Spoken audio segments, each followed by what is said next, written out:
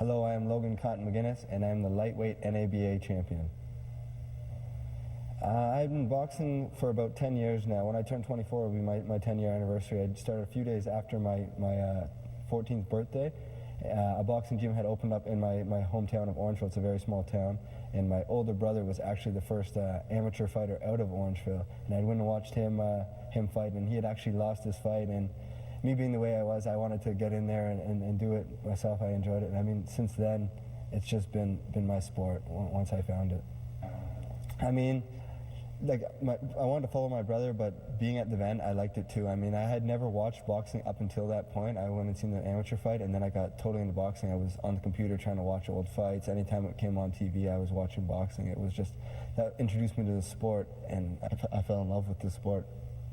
My family supports me fully in it, and my mom sometimes doesn't enjoy watching it. Like my last fight, it was a war and there was a lot of blood. I got cut open, there was a lot of blood, so she didn't enjoy watching that. But thankfully, my last 3 fights, they've been able to come to. They've been here at Mississauga, and I've had lots of family support and friends. And I mean, it's great fighting here at home and being able to see your family and friends and fans in the crowd. I mean, definitely. I mean, it can do lots of things for kids, as in they can release their aggression in the gym, or even kids who are maybe they're shy and they need to come out of their shell a bit. It's a big confidence booster and a self-esteem booster being able to go in the gym and hit the bag and stuff. It did a lot for that, a lot of confidence boosting for me as a kid. And but the same thing, kids who are troubled, they can come and release their aggression so they're not out on the streets doing that kind of thing. Being a boxer, you got to live a disciplined lifestyle, right? I can't be going out like a lot of people my age. They're out at clubs and partying every weekend. That's not part of my life. I can't be doing that. I'm in bed on the weekends at 11 o'clock at night. But just boxing, and I mean watching boxing on TV and movies and just hanging out with my family. I mean, the higher level you get, you start to know your opponents ahead of time, and you watch footage of them, see what they do and what their habits are, if they have any bad habits, what you can capitalize on. At the start of my career, you don't really know who you're fighting. You just make sure you're in shape and you prepare to fight. But right now, we try to pick the right opponents. My promoter Adam Harris and my coach Chris Johnson, they find the opponents and they decide who and when I'm fighting. Yeah, I mean, I probably have watched my fights I have on tape about 100 times after to see what I do and what I should be doing and what I did wrong. I mean, that's what you got to do in boxing. You got to get better each day, right? Every day in the gym, you want to learn something new. Not every week. Every day, you want to learn something new. Winning the NABA title got me ranked top 11 by the WBA right now. So I'm ranked 11th in the world. So I mean, it's a big stepping stone, right? I mean, my ultimate goal in my gym is to become a world champion, right? So I'm on my way to that goal, and I just got to keep training hard and being ready to fight, and we'll get there. I mean, I could get a call now any day from a world champion to fight him on a voluntary defense, but my goal is to get up to the #1 position, so I become the mandatory fight and win a world championship.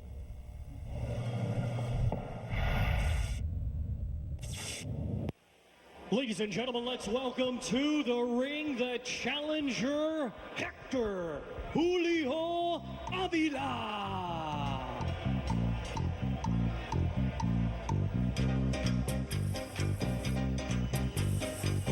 Hector Julio Avila, a native of the Dominican Republic, used to fighting in the lighter weight class, is also moving up in weight, uncharacteristically for him for this fight.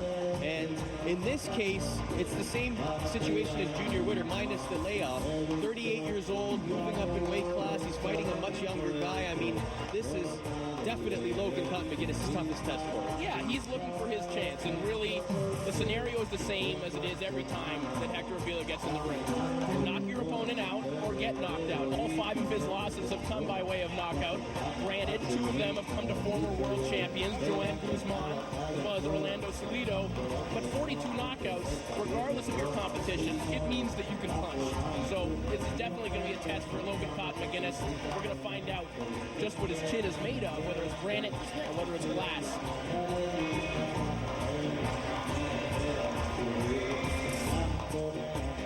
And now let's welcome to the ring the defending champion, Logan McGuinness. He is the NABA lightweight lightweight champion, and there he is, Logan Cotton McGuinness, set to defend his championship. The Orangeville native will walk out here at the Hershey Center definitely to a ruckus ovation. And Billy, an opportunity for this guy, Logan Cotton McGuinness, not only to improve in the world rankings, but also face a guy who has triple the amount of knockout wins than he does professional fights. I mean, that's a step up in competition. Well, we shall see. He's a big puncher, that's for sure, as a featherweight. That is one of the main points, that Avila is moving up. But for McGuinness, it's all about progression. It's all about his development. We've seen him develop from a pure boxer to an aggressive boxer-puncher in the matter of 1 year in 2010. How is he going to open 2011? What new ripple are we going to see added to his game here tonight? Logan Cotton McGuinness has fought some memorable fights inside this building. In fact, the last fight he had against Adrian Verdugo, runner-up for Canadian Fight of the Year. And I mean, to me, even I still say it was better than Pascal Hopkins, but that's just me. Yeah, I mean, Pascal Hopkins, by name value, fine. by name value, still. fine. By drama, fine. In terms of real action, not really. Right. The action was on the scorecards.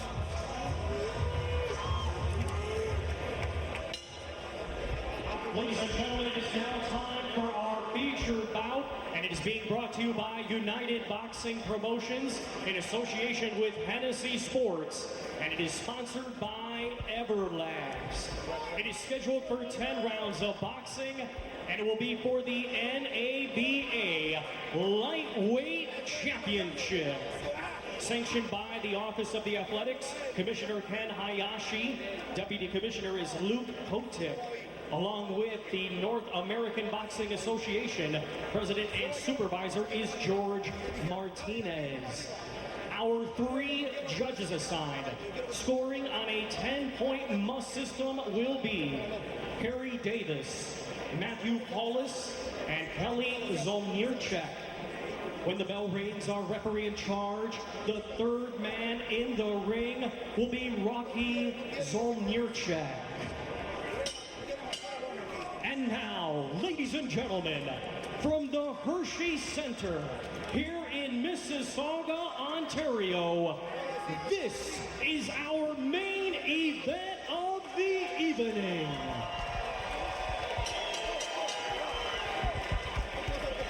Introducing to you first the challenger to my right, fighting tonight out of the blue corner. He's wearing black trunks and weighed in at 134 pounds. Fighting out of Miami, Florida, by way of the Dominican Republic, he brings with him a professional record of 47 wins, 5 defeats, with 42 of his 47 wins coming by way of knockout.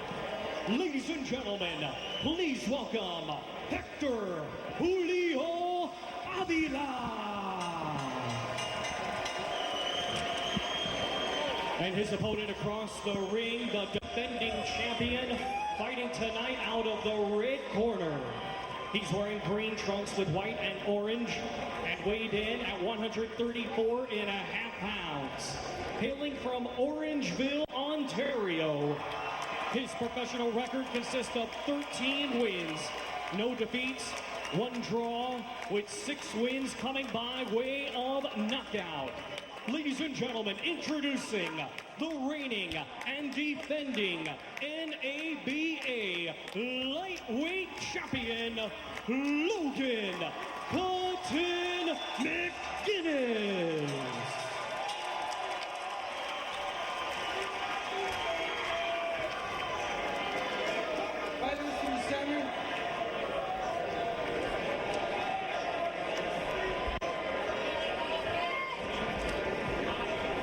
Okay guys, I went over the instructions in the change rooms. I expect you to obey my commands at all times, protect yourself at all times, coach up. So there we have it. Here it is for the NABA Lightweight Championship. Logan Cotton McGuinness defends against Hector Avila. And another interesting statistic, though 42 of those 47 wins for Avila have come by knockout, all 5 of his defeats have come by knockout as well. That's right. And he was knocked out in his last bout as a featherweight. You know, Logan's shown that he can tame the knockout puncher. He showed that against Verdugo last time out. What we haven't seen is whether or not he can hang with a true veteran. When he faced Walter Estrada in his 9th professional bout, that's the lone blemish on his record, raw. We'll find out what he can do when the guy across the ring from him knows more than he does in the ring. Now, Billy, this was a very similar circumstance to the Junior Witter fight. That will not be deemed a knockdown, by the way. There was just a slip. 38 years old, moving up in weight. These are all factors. What should fans be considering when they take a look at those stats? I would say more or less he was knocked out in his last fight, and his 5 knockout he has 5 losses all by knockout. He is a good puncher, but as a featherweight, it's a whole new division. Logan's going to be careful early, but he's just going to box, but I think he's going to get to him soon.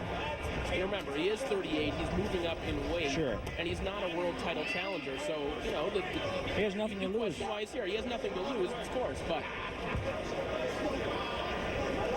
his motivation, likely, is looking for that payday. Exactly. Nevertheless, Logan Cotton McGuinness, 13-0-1. This is his toughest test in his career. On paper. Yes, that should also be seen too, absolutely, Billy. We'll have to see how it pans out. So far, McGuinness doing very well, controlling the ring, finding his shots. Nice 1-2 combination right there. Avila hasn't thrown anything of note thus far, and Logan is really seeing all the openings that he could want on the inside if he wants to get in there. And the Logan McGuinness, the new Logan McGuinness, the one that likes to bang away on the inside, he's going to enjoy that as the rounds pile on.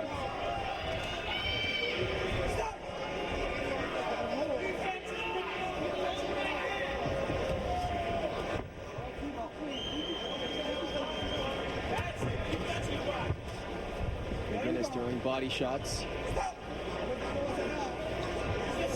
You'll see, too, that Avila is a very competent boxer. He was at the 92 games in Barcelona. He lost to Istvan Kovacs, who went on to win the WBO featherweight title after Nassim Hamed vacated it. He does know what he's doing in there, even if he's a half step slower than he was in the past. He has those veteran moves that can make the night difficult on Logan McGuinness. Billy, you were there at the same Olympics. Did you have a chance to see Avila fight at that time? No, he would have been in a lower weight than me.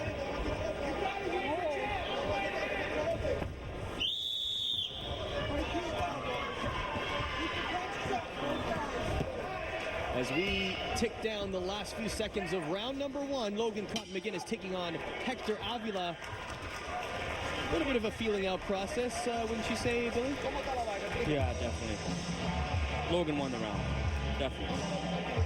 Logan may be respecting that knockout power just a little bit too much. I think he could have opened up a little bit more. I have no doubts that he's going to do that because you could see openings on the inside. Just wasn't digging in as much as he normally would. Corey, as we take a look at the replay, a couple shots landed by McGuinness, but it took a long time for Avila to throw his first punch. It did. Avila looks a little bit tentative as well. I mean, he was pushing jabs out there just a little bit, but wasn't throwing that right hand that got him all these victories, not playing to his strengths. And again, you have to wonder how he's handling that weight. He doesn't look very solid as a lightweight whatsoever. So who knows how long it will be before fatigue becomes a factor as well.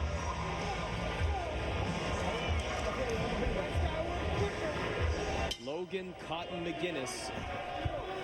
Some people would say he is the highest touted prospect in Canada right now.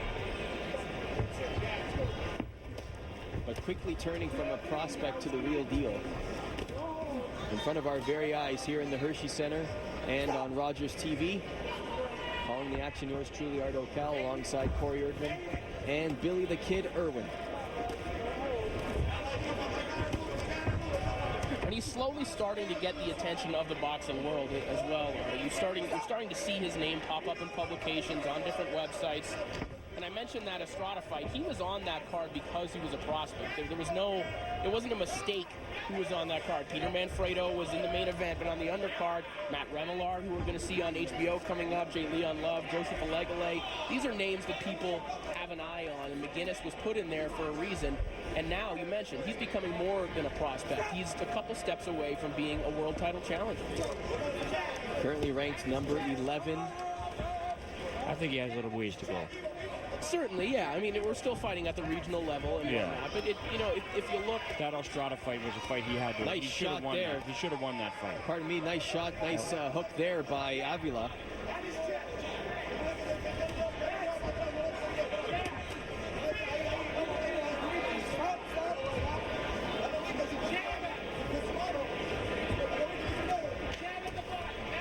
Avila looking very sluggish, really slow to get off at this weight.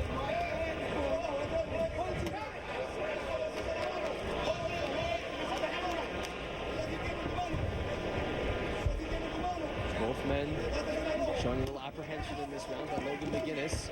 Couple shots there.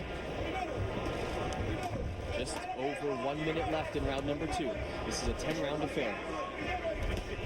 When he gets back to the corner, Chris should tell Logan to throw a hook to the head, hook to the body.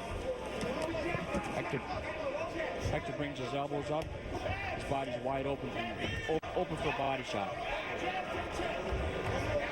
You can see it right there on your screen, exactly what you're talking about, Billy, that the elbows are not protecting the body area when he brings them up to his ears like that. Double hook, hook to the head, hook to the body, and get him out of there. See how his elbows are? Wide open. 30 seconds to go in round number 2. Logan McGuinness with more volume in this round. You heard him with the right hook. He's coming on. Nice shot there, and there goes Avila to the canvas. McGuinness in a neutral corner. And he looks to be wobbling, guys. He looks to be okay, though. It looks like he will continue. There's 10 seconds left, and McGuinness will look to bull charge here. As he goes in again, maybe he'll get one more knockdown before the end of the round. As he goes for the body again, he's been listening to you, Billy. Maybe our microphones are louder than we thought. What a round for Logan McGuinness. It started off slow, but it ended in a bang. Billy, you must be very happy with the results of those body shots. I think he can finish him within 30 seconds if he goes out there and does this right now. Hook to the head, hook to the body, he'll get rid of him. And you have to wonder, after that recent knockout loss in the 6th rounder, if Avila is suddenly gun-shy, the once KO puncher, definitely. He's just not getting off in the way we'd be used to seeing. Here are the highlights from round number 2, Corey. We have a nice aerial view. You can see what's happening. I mean, in an Avila, he is throwing punches, but Logan can get inside all of them. Billy mentioned the body is wide open. Wide open. Yeah. And it was an overhand right, a right hook that sent him down the first time. I can pretty much tell you what's going to happen now. He's going to come out. Hector's going to come out, go for 30 seconds, get all he has. Logan's going to get him. It's going to be over. Well, after 5 knockout losses, now he's looking to get out now. He's looking to get out of the fight. And right off the hop right there, Avila doesn't look to be in good shape right now. He looks like he's complaining about his forehead right there. And we'll see it one more time. Take a look at the replay. It looked like it might have been an accidental headbutt, though. Yeah, as we take a look at that replay. There certainly was a headbutt with no cut. This is not going to result in a stoppage. Definitely. And this fight will now resume. The fight's going to be over in this round. Hook to the head, hook to the body. If he does it, it's over. There's shots by McGuinness. McGuinness pours on the pressure. There's a hook right there. And McGuinness unrelenting, finding his shots. Avila gamely trying to counter, but McGuinness seems to firmly be in control. He continues on with the hooks to the body and to the head. Don't worry about the knockouts he's had. A fighter with 5 knockout losses has a lot to worry about. And these were against, even though they're against quality fighters, getting knocked out by Joan Guzman, who at the time was a pound-for-pound fighter, that's a beating, and that's going to take its toll when you turn 38 and you're trying to move up 4 pounds. And that featherweight, exactly. Well, the recipe might be a recipe for disaster for Avila if it continues this way. The combination of age and weight and records and defeats. And a shaky chin. Avila really wide with those body shots. He's in real trouble if he tries throwing that again. Well, to his credit, he's still trying to move forward, but McGuinness right now in a completely poised situation. I want to go over and tell Chris, throw a hook to the head, hook to the body, this fight will be over. Got to remain neutral here, Billy. I know. He's constantly, McGuinness establishing his jab. Yeah. I think he's just sort of letting Avila tire a little bit here as well. Nice hook there. A left hook lands flush on the chin. Uppercut's landing as well. Hurt him again. That's the second consecutive uppercut. There's another hook right there. And McGuinness really pouring on. Another uppercut, yeah.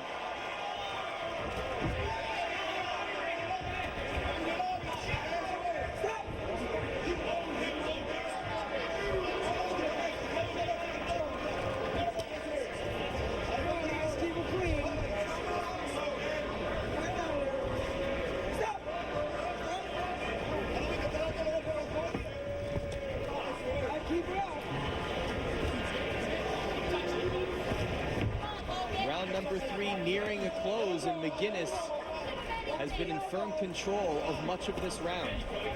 You wouldn't know it, but Avila is actually the one with the reach advantage, but he just doesn't have the skill to put that into use whatsoever.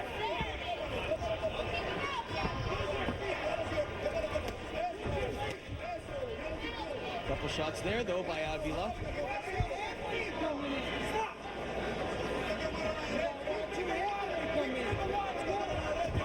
The referee warning McGuinness to watch his head as he's coming in for those shots to avoid another headbutt.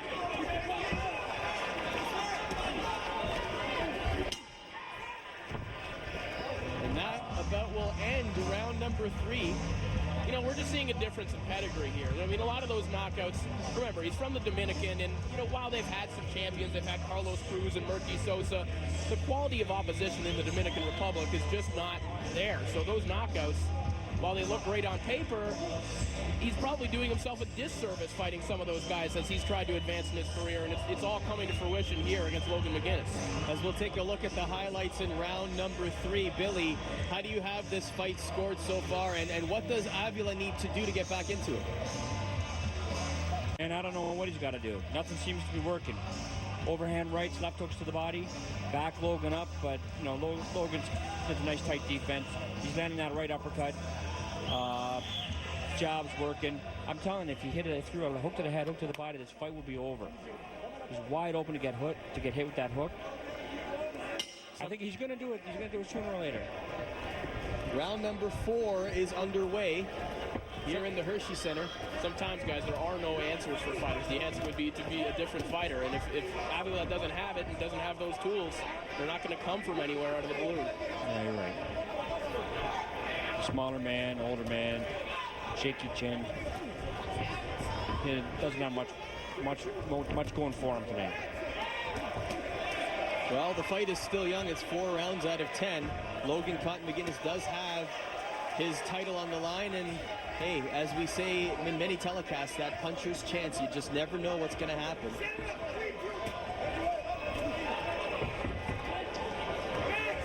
And none of Avila's movement right now, none of his footwork makes any sense. It's more or less just to get away from Logan McGuinness.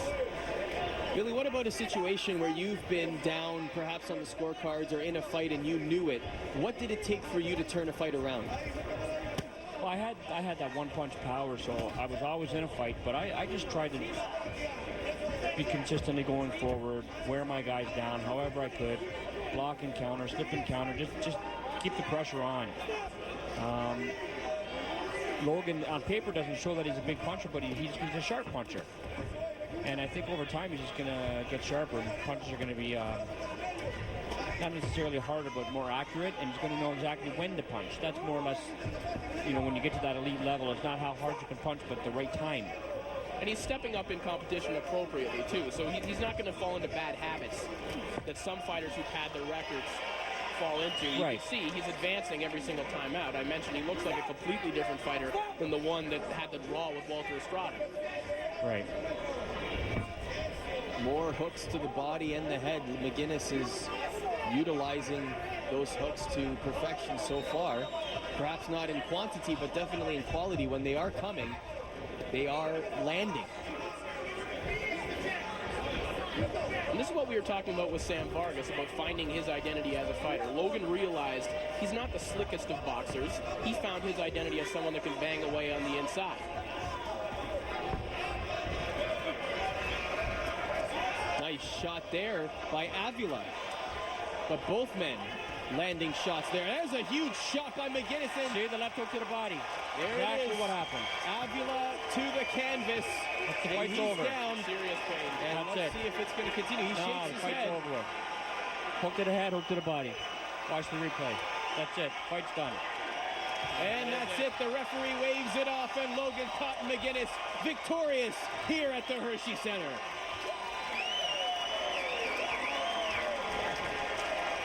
A big victory for Logan Cotton McGuinness. Yes, on paper, this was the toughest test of his career, but he made it look easy, Billy.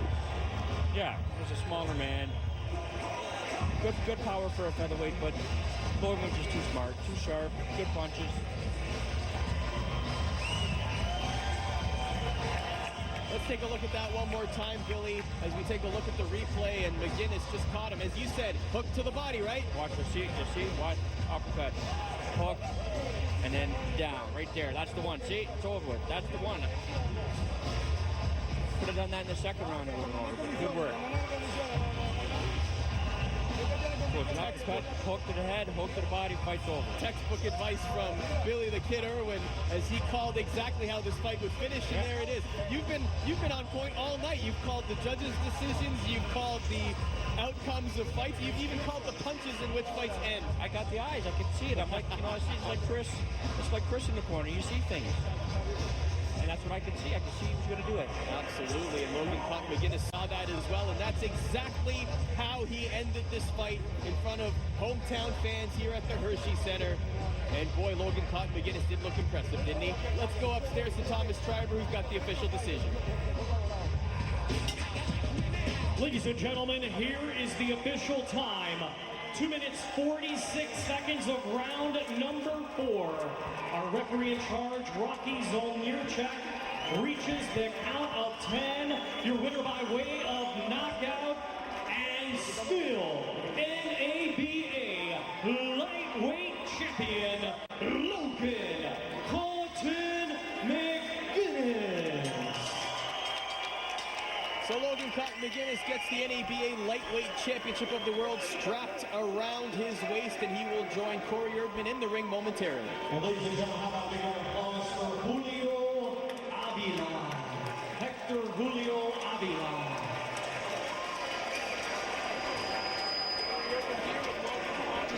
And Logan, on paper, it was your toughest test.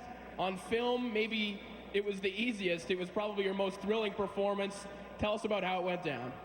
Well, I mean, with his knockout ratio, me and Chris had a different game plan. I mean, my last 3 fights here at the Hershey Center, I'm sure everyone's seen, I was a bull. I was fighting. I was going straight at guys. Tonight we wanted to showcase my boxing ability and use my jab and just break them down systematically with body shots. And I thought we pulled the game plan off to a T. Well, as soon as you found that left hook, following up with it after the right, that seemed to change everything in the fight, and that seemed to be the key. Where did you see that opening, and when did you find it? Just when I was hitting up top, he was bringing his hands up, and I was just coming underneath, and we had only watched one tape of him, and we noticed that the right uppercut would work a lot. He liked to drop forward a lot, just straight down. So the game plan was the jab, that right uppercut to the chin, and then the left hook to the body. Talk about how you've changed as a fighter, because when we first saw you, you were a slick boxer, you were a stylist. Now you're banging away on the inside. You're taking out knockout punchers when you come out here. How have you evolved as a fighter, and why the change in your style as you've moved forward? I mean, just working in the gym with Chris Johnson, he turned me into a puncher. Well, I'd say more of a boxer puncher. I have the punching ability and the boxing ability, and we've just been picking the body shots, and I mean that'll stop anybody if you hit them with a good body shot. Seems like I ask you this every time, and you keep getting better, but what's next? I know you have Orangeville coming up in a couple months. What do you want next? Who do you want? I mean, I just want to continue. I think I was ranked number 11 by the WBA before this fight, so I mean, hopefully this shoots me up a bit more spots, and I mean, our ultimate goal is a world title down the road. I mean, I'm still young. I'm 23 years old, and I mean, I'm just looking forward to my next fight in my hometown, April 16th. Logan Cotton McGuinness, still the NABA lightweight champion. Arda and Billy, back to you.